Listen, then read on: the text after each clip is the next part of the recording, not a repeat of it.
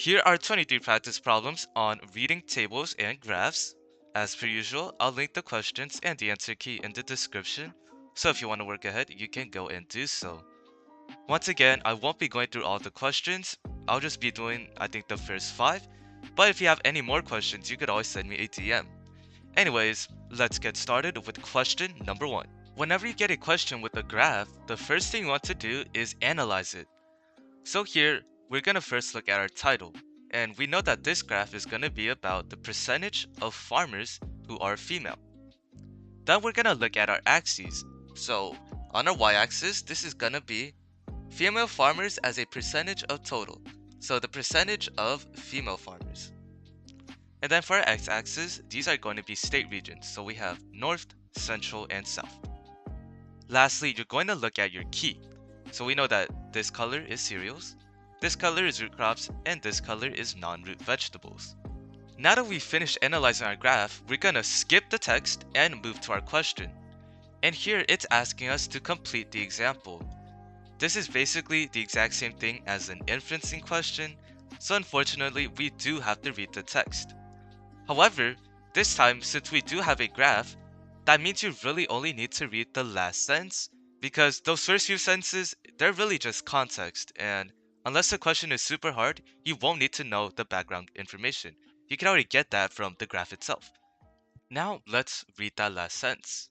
In some regions, female farmers were found to be especially prominent in the cultivation of specific types of crops, and even constituted the majority of farmers who cultivated those crops, for instance. So here, this sentence says that female farmers form the majority of farmers in some crops. And then they want us to give an example of that. So based on our graph, we need to find some piece of information that says female farmers are the majority of farmers. Let's look at our answer choices and see what matches that. A. Most of the farmers who mainly cultivated cereals and most of the farmers who mainly cultivated non-root vegetables in South Ondo were women. So here we get 3 pieces of information. The first one is that we only care about South Ondo, which is going to be this section of the graph. We don't care about North or Central Ondo. Then, for our crops, we only care about cereals and non-root vegetables. So cereals is going to be this bar, and then non-root vegetables is going to be this bar.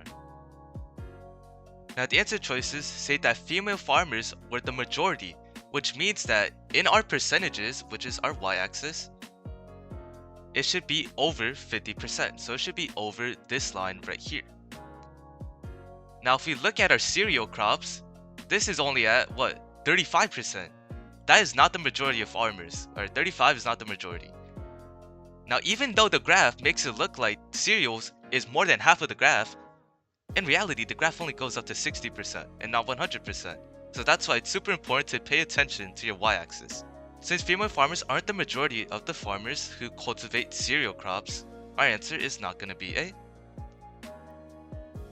Now let's look at B. More women in Central Ondo mainly cultivated root crops than mainly cultivated cereals. Cool I guess, but I don't care. Here I'm trying to find that female farmers were the majority of farmers. I do not care if they cultivated more root crops than cereals. It doesn't say here that female farmers were the majority of anything, so our answer is not going to be B either. Now let's look at C. Most of the farmers who mainly cultivated non-root vegetables in North and South Ondo were women. So here we get 3 pieces of information again. We only care about North and South Ondo, and for our crops we want non-root vegetables. So non-root vegetables is going to be this color and this. And now it says that most of the farmers, so it has to be over 50%. And if we look, both of these bars go over that 50%. In North Ondo, it's what, 60%? And then in South Ondo, it's 53%, somewhere in the middle. And that is over 50%, so it is the majority. That means C is true, and our answer will be C. Just for funsies, let's look at D. A relatively equal proportion of women across the 3 regions of Ondo mainly cultivated cereals. Once again, that's cool, but I do not care if they're equal, alright? I'm trying to find a majority here. If the answer choice doesn't even say majority or most of the farmers, just instantly get rid of it because that's not related to what the text says at all. Question number 2, let's look at our graph. Here our title is going to be Economic Policy Uncertainty in the United Kingdom from 2005 to 2010. And then our y-axis is going to be uncertainty. And the larger values, the more uncertainty. So as we go up, the higher the uncertainty. And then for our x-axis, it's going to be our years. So we have 2005 to 2010. And lastly, our key. This color is going to be tax and public spending policy. This color is going to be trade policy. And this color is going to be general economic policy. Now that we've finished analyzing our graph, let's look at our question. Here it's asking us to illustrate the claim. So let's go ahead and find our claim. Once again, usually going to be the very last sentence. One revelation of her work is that a general measure may not fully reflect uncertainty about specific areas of policy, as in the case of the United Kingdom, where general economic policy uncertainty. So here the claim is that a general measure may not fully reflect uncertainty about specific areas of policy, and then it's going to be using general economic policy uncertainty as our example. Now let's look at our answer choices and see what matches that statement. A. General economic policy uncertainty aligned closely with uncertainty about tax and public spending policy in 2005. So here we do get a few pieces of information. The first one is that it's going to be in 2005. So first up, let's only focus on this section of our graph. Then we want general economic policy uncertainty, and this is going to be the case for everything. So that's going to be this. Oh wait, wrong one. This, which is this bar. And then we also want tax and public spending policy. So that, which is this bar. Now these two bars should align closely with each other. And I'm not gonna lie, they do look pretty similar to me. So this first part of answer choice A is true. Now let's look at our second part. So I'm gonna go ahead and erase all that. It differed. Okay, so general economic policy uncertainty differed from certainty about tax and public spending policy by a large amount in 2009.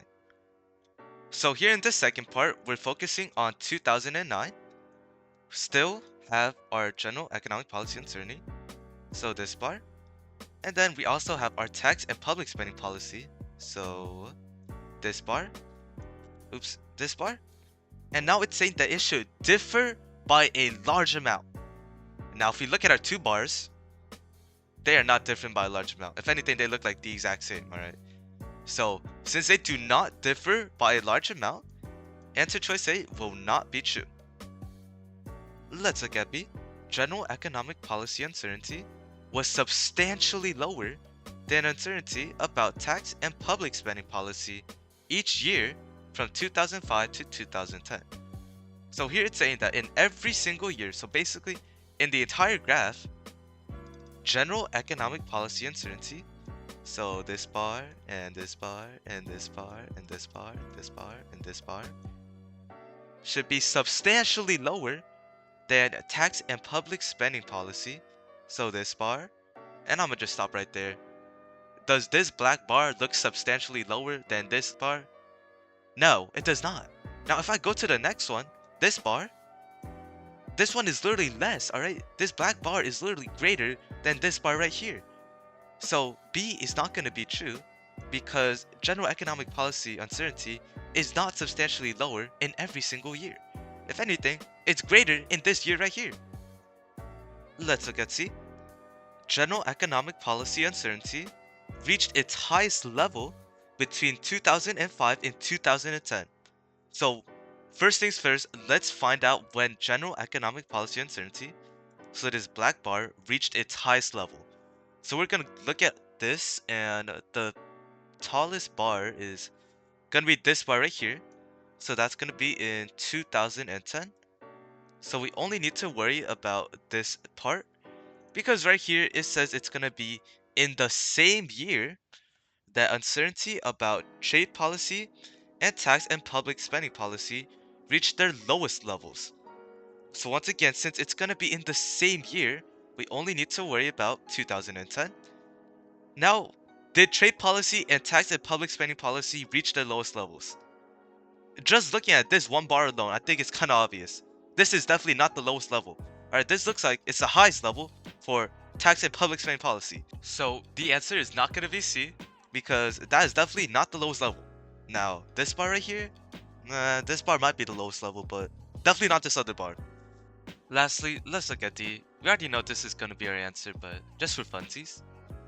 General economic policy uncertainty was substantially lower than uncertainty about trade policy in 2005. So let's look at 2005, which is this part of the graph. Now, general economic policy uncertainty, which is this bar, should be substantially lower than trade policy, which is this bar. Now, I'm not gonna lie, this time it is definitely substantially lower. I mean, if anything, looks like it's half of the bar. So that first part of the answer choice is true. Now let's look at the second part. Substantially higher than uncertainty about trade policy in 2010. So now let's look at 2010, and we're looking at general economic policy, which is this bar. Now it should be substantially higher than trade policy, which is this bar. And this time, I'm not gonna lie, it doesn't look that much higher, but I guess it is higher, and since it is the only answer choice left, our answer will be D. Question number 3, let's analyze our graph. Here our title says this is gonna be about municipalities' responses to inquiries about potential incentives for firm. I have no idea what that means, but now we know what that graph is about. Let's look at our y-axis. This is gonna be the number of municipalities. And then our x-axis is gonna be the responses. So no response, responded to inquiry, offered incentive. And then lastly, our key. This color says announcement before election, and this color means announcement after election. Now that we finish analyzing our graph, let's move on to our question. And here they're asking us to weaken the team's hypothesis. So first we have to find the hypothesis, and then we need to find some piece of data that goes against that. Now usually, what we're trying to find is gonna be in the very last sentence. However, this time, they actually just hand it to us on a silver platter. Because right here, it says that a team hypothesized. So even though it's not in our very last sentence, we know that this is gonna be their hypothesis. And our hypothesis is that municipalities are much more likely to respond to firms and offer incentives if expansions can be announced in time to benefit local elected officials than if they can't. So here it's basically saying that these municipalities are more likely to respond and offer incentives if these announcements are made, if we go based off our key, before the election. So according to this team's hypothesis, these announcement before election bars should be higher than these announcement after election bars. But of course, we want something that weakens the hypothesis, so something that says the exact opposite. Now let's look at our answer choices.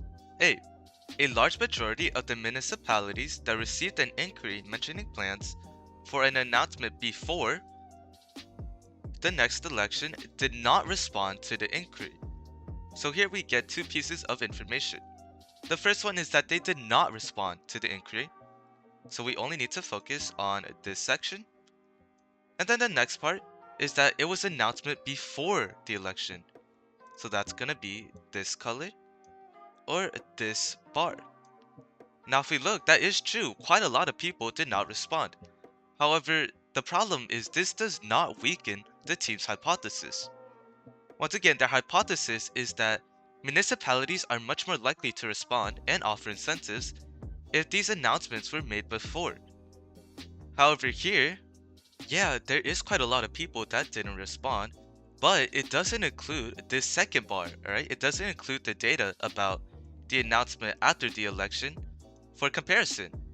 So that's why A is going to be wrong.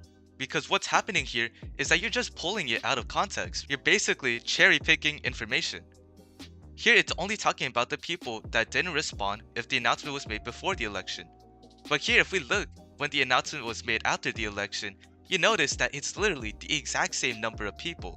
So, regardless of when the announcement was made, the same number of municipalities did not respond. But once again, we wouldn't know that because A doesn't mention anything about the announcement after the election.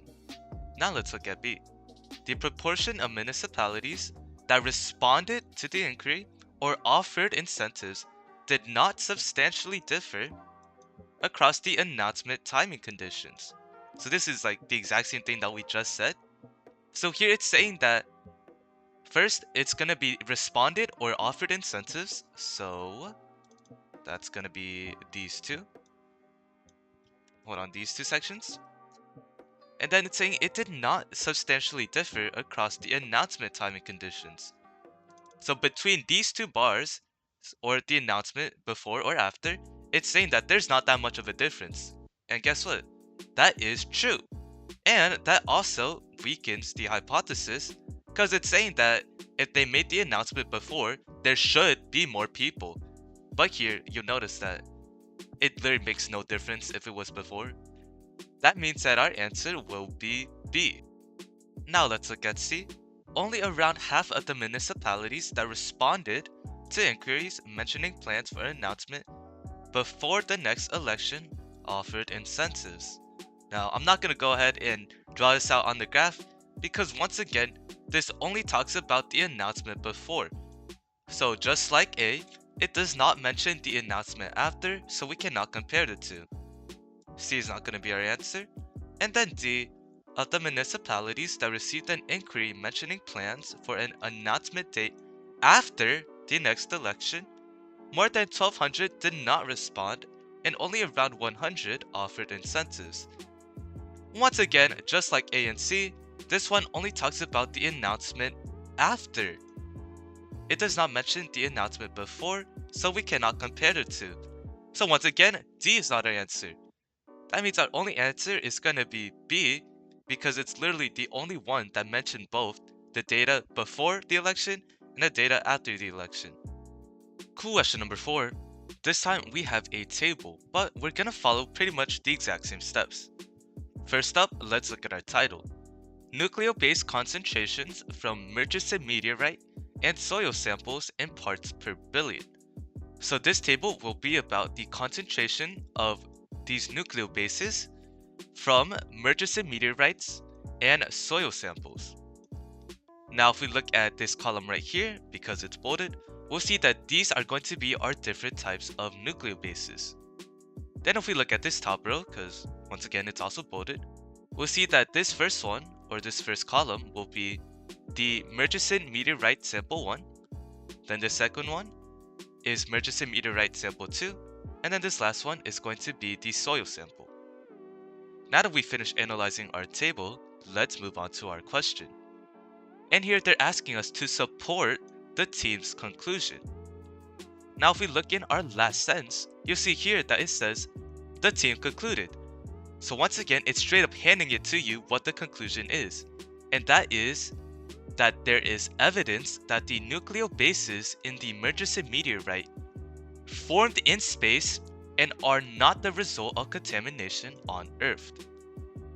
So their conclusion is that these nucleobases, so the concentration of these nucleobases found in these meteorites, formed in space, and they did not form on Earth. Now let's look at our answer choices. A. Isoguanine and purine, so it's going to be these first two right here, these first two rows, were detected in both meteorite samples, but not in the soil sample. So if we look here, they were both detected in the two meteorite samples, and they were not detected in the soil sample. So this is true, and it will also be our answer because it does support the conclusion. The conclusion was that it formed in space, and if we look here, it did form in these two meteorites that came from space, and then it said it did not form on Earth. And then if we check our soil sample, we see that it is not in the soil. So that matches that it did not form on Earth, and it also matches that it formed in space, which means that our answer will be A. Now let's look at B. adenine and xanthine were detected in both of the meteorite samples and in the soil sample. Without even looking at the table, we know this one's going to be wrong because we're trying to find out that it was not on Earth. But right here, if it says it was on Earth, then that goes exactly against the conclusion. So it's not going to be B. C. Hypoxanthine and purine were detected in both the Murchison meteorite sample 2 and in the soil sample. Once again, it says it's in the soil sample. That's exactly the opposite of what we're trying to find. So it's not going to be C. And then D. Isoguanine and hypoxanthine were detected in the Murchison meteorite sample 1, but not in sample 2. This one doesn't even mention the soil at all. So how do we know if it was unearthed or if it wasn't unearthed? So it's not going to be D either. That means that our only answer that says it did not form on Earth or it was not found in the soil is A. I also want to point out for answer choice C here, it says that purine was detected in the soil sample. But if we look at purine here, it literally says it was not detected in the soil sample. So that would just be wrong. And then if you look at D, it says that isoguanine and hypoxanthine were not in sample 2. But once again, if we look at our table, isoguanine and hypoxanthine were both found in sample 2. So D is also just misreading the table. Alright, that's gonna be it. I'm not gonna lie, I was gonna do 5, but then I realized that this takes a lot longer to explain than I expected it to. So I'm gonna just stop it right here, because we did go over 3 graph questions, which I believe are way harder than table questions, because table they literally give you the number, whereas in the graph you actually have to like look at it. So yeah. We also went over the little tricks, only reading the last sentence, as well as sometimes they just straight up tell you, look for the conclusion, then right here, they concluded. Look for the hypothesis, right here, they hypothesized. Sometimes though, when you have to fill in the blank, like an inference question, you really only have to read the last sentence. Now, I did say that you might need to read the first few sentences for context. In these questions, you did not need to do that, but one of these questions you did, so let me find that real quick. Ah, this one. This one right here. So here, you actually do have to read the very first sentence where it tells you that they're the first language of 15 million people worldwide, because right here in the answer choices, it does mention first language, and so yeah, those two do mention first language, but the table does not give you that. So whenever you see something in your answer choice that you have no idea what it's talking about, you should probably go back to the text and read it for context. But other than that, always make sure that you're analyzing that table and graph and reading that last sentence, because that's what's really important, and you should be good on all table and graph questions. Anyways, I'll see y'all.